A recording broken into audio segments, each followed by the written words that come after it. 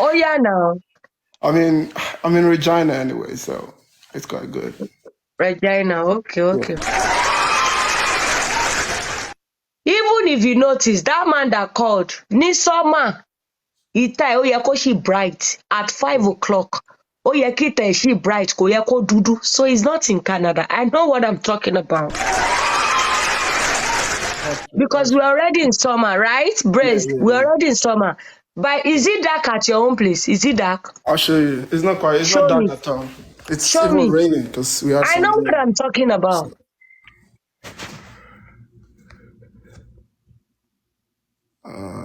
Okay. Ẹ jọ̀ọ́, ṣójọ tiẹ̀ títí ẹ dúdú náà ẹ wò ta Canada bí ìta tèmi náà ṣe rí lélẹ̀ because summer so 9 o'clock ó sì máa dá. Yeah, Who that's you dey? true. Yeah, Na me you dey we are follow long. talk now. I don't know how to call it. Like longer days, shorter nights. It's rather that's why he said I should tell him in the DM. Where's your proof? He said DM. Show me your answer. Everything is dark. You are not, I repeat, you are not in Canada. So, do you need anyone to talk to, like a friend or somebody? I mean, I don't mind. Okay, you don't mind. Okay, let me see if I can see someone.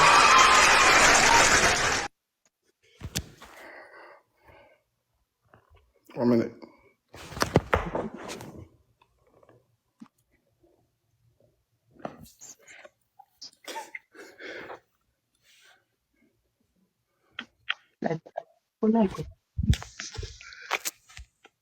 Okay.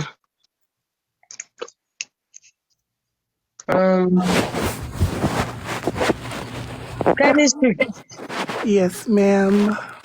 You're back. Mm-hmm. You like him? Yes, I do. I mean, he said he wants friends, so we can actually make friends, get to know each other. I'm in the US, so I'm pretty much close. I intend to come to Canada. Like, you guys are in summer right now, so yeah. I have plans to come to Canada soon, so. Hey, When you were saying, Ola, I don't mind. Ola, Ireland. Ma. gbé kámẹ́rà sójú ẹ, ó ní láti tijú náà. Thanks, Dad.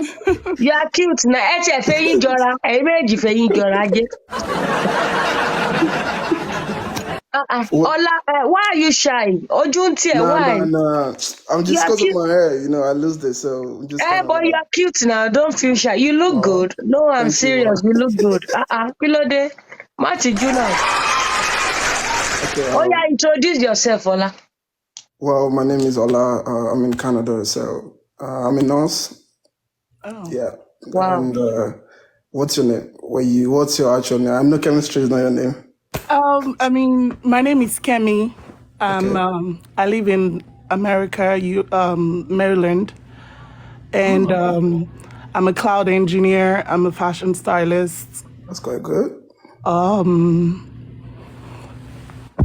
I mean, pretty much that's it. I just like the fact that you said you were very real, because some people be like, I want a wife, I want a girlfriend, and stuff like that. You actually need to get to know somebody, and That's true. before you can project being wanting a wife or a girlfriend or whatsoever. So, yeah, I would like to be your friend, and I have intentions to come to Canada in, let's say, in 3 weeks. I'm working towards that. I'm getting my summer break, so.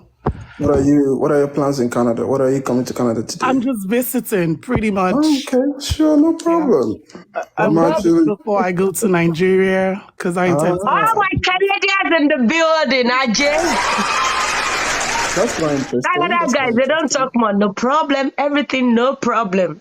You want to come? Oh yeah, no problem.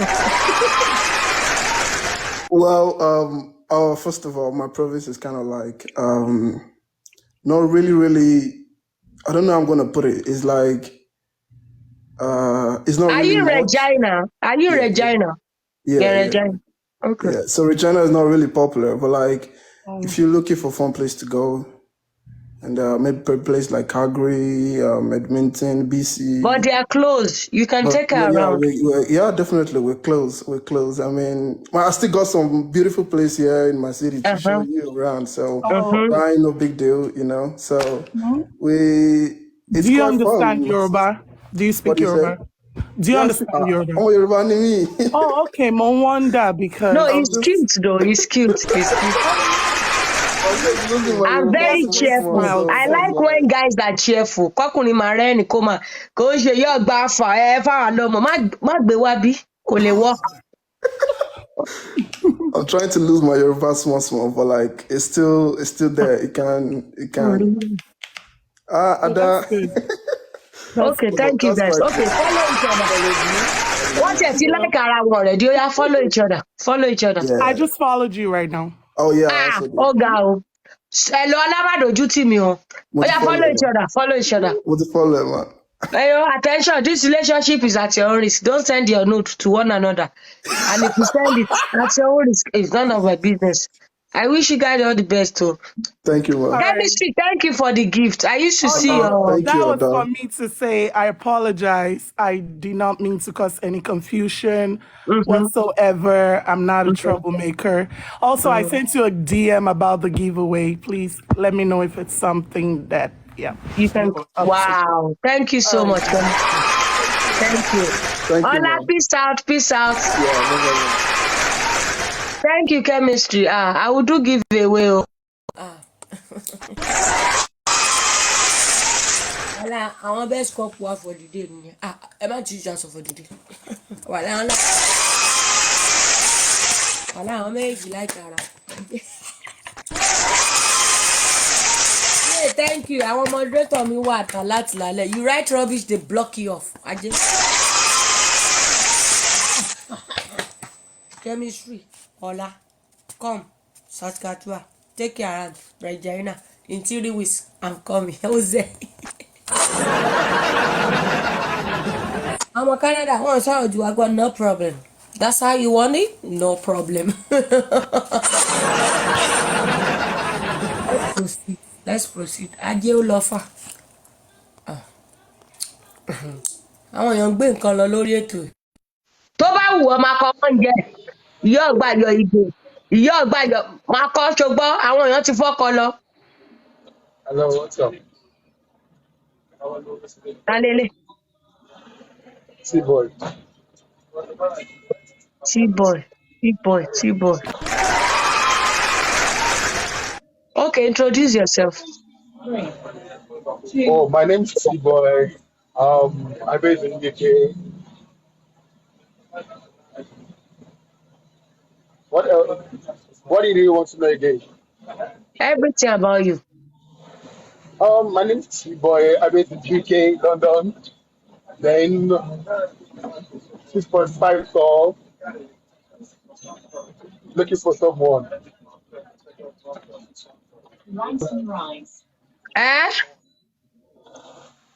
Most of the But Cheyenne introduced that, then I introduced myself. I've done that. Okay, what do you want? A relationship. With who? I thought you want to give me someone there. You can pick someone off. Okay. Yep. So fẹ́ nà mí. O fẹ́ nà mí. No.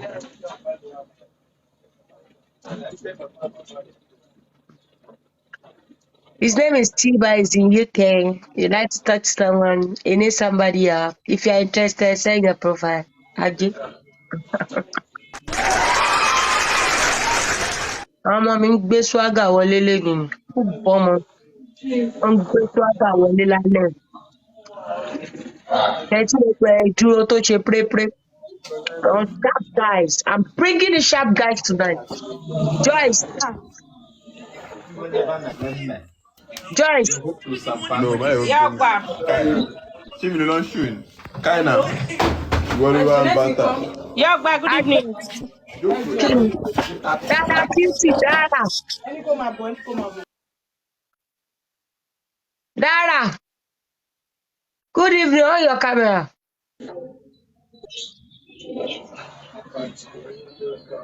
Ton camera ẹ̀ náà.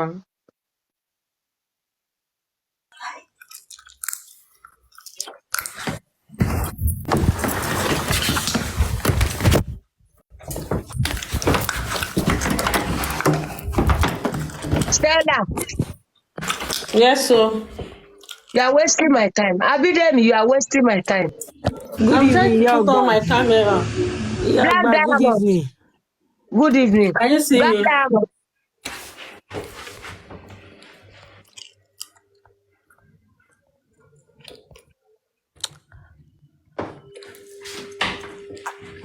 Bidemi, Yogba. Yagba Ekalema. ẹ káalẹ́. Shewa. Kó tí bàbá yẹn sá lọ. T-boy, Only bomb on the body. Ekalema.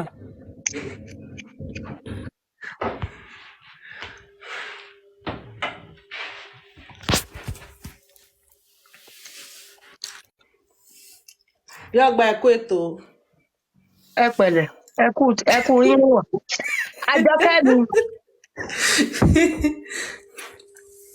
Àjọkẹ́ mi,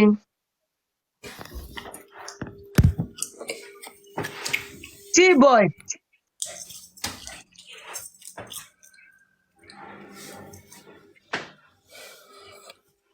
Stella, why are you on my platform? Why are you here? I'm here to say hi. Anika King, Ka King, Bemu Wadu, Ten Mori Wayaka, Tó no. tọ́ ṣé ẹ sì ń gbọ́ àbí? I was single. Ẹ ṣe ilẹ̀ pẹ̀pẹ̀. Ah, ah. Ẹ kí comment.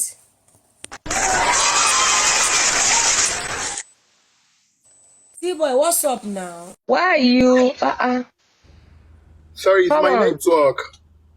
It's your network. Yeah. Okay, on I'm it inside the now. bus. I'm trying to get home. It's my You're network. trying to go. When did you get to UK? When? 4 years. Up to 4 years now. Ọdún mẹ́rin péré ló ṣe lò. Bẹ́ẹ̀ni. Ó try o. Accent ẹ̀dẹ̀ tight dàbí British accent. Ó try o. Mo rò pọ̀ bí ẹ síbẹ̀ ni. Rárá. Èmi ò fẹ́ máa fọ́ọ̀mù mi. Ló dẹ̀ sáré ní British accent bẹ́yẹn. Mi ò ní. Ó ní nà Èmi ò tọ́ya mi. I'm trying to go and come for UK. Ó mọ̀ pé British accent ní ṣá. À ń tọ́ra wa ni màámi. Ó ṣe wá ń sọ ńgbà tó mọ̀ pé òun tán rẹ̀. Kí ló tó ṣe wá ń sọ? A ní ká fi pọ́nra wa lé ni. Ó pọ́n rẹ̀ lé náà. Ṣé bẹ́ẹ̀ gbọ́mọ ẹ̀lẹ̀ wọlé ni?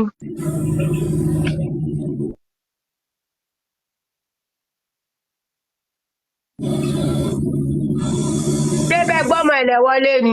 Network ẹ̀ ò dáa. T-boy, when your network is stable, let me know.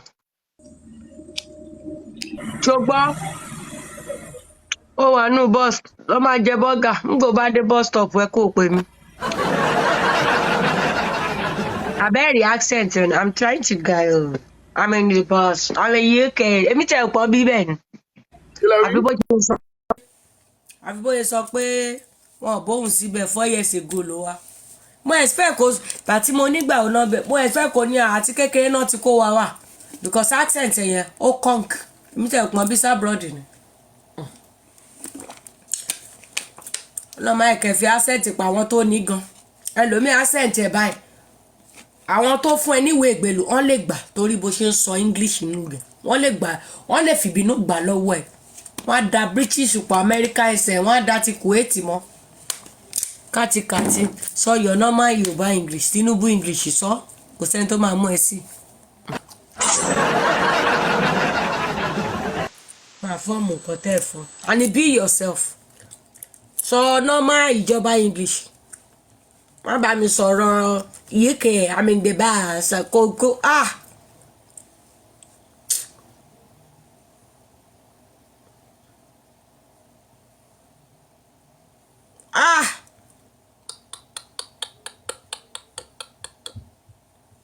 Accent tí bọ̀ yẹn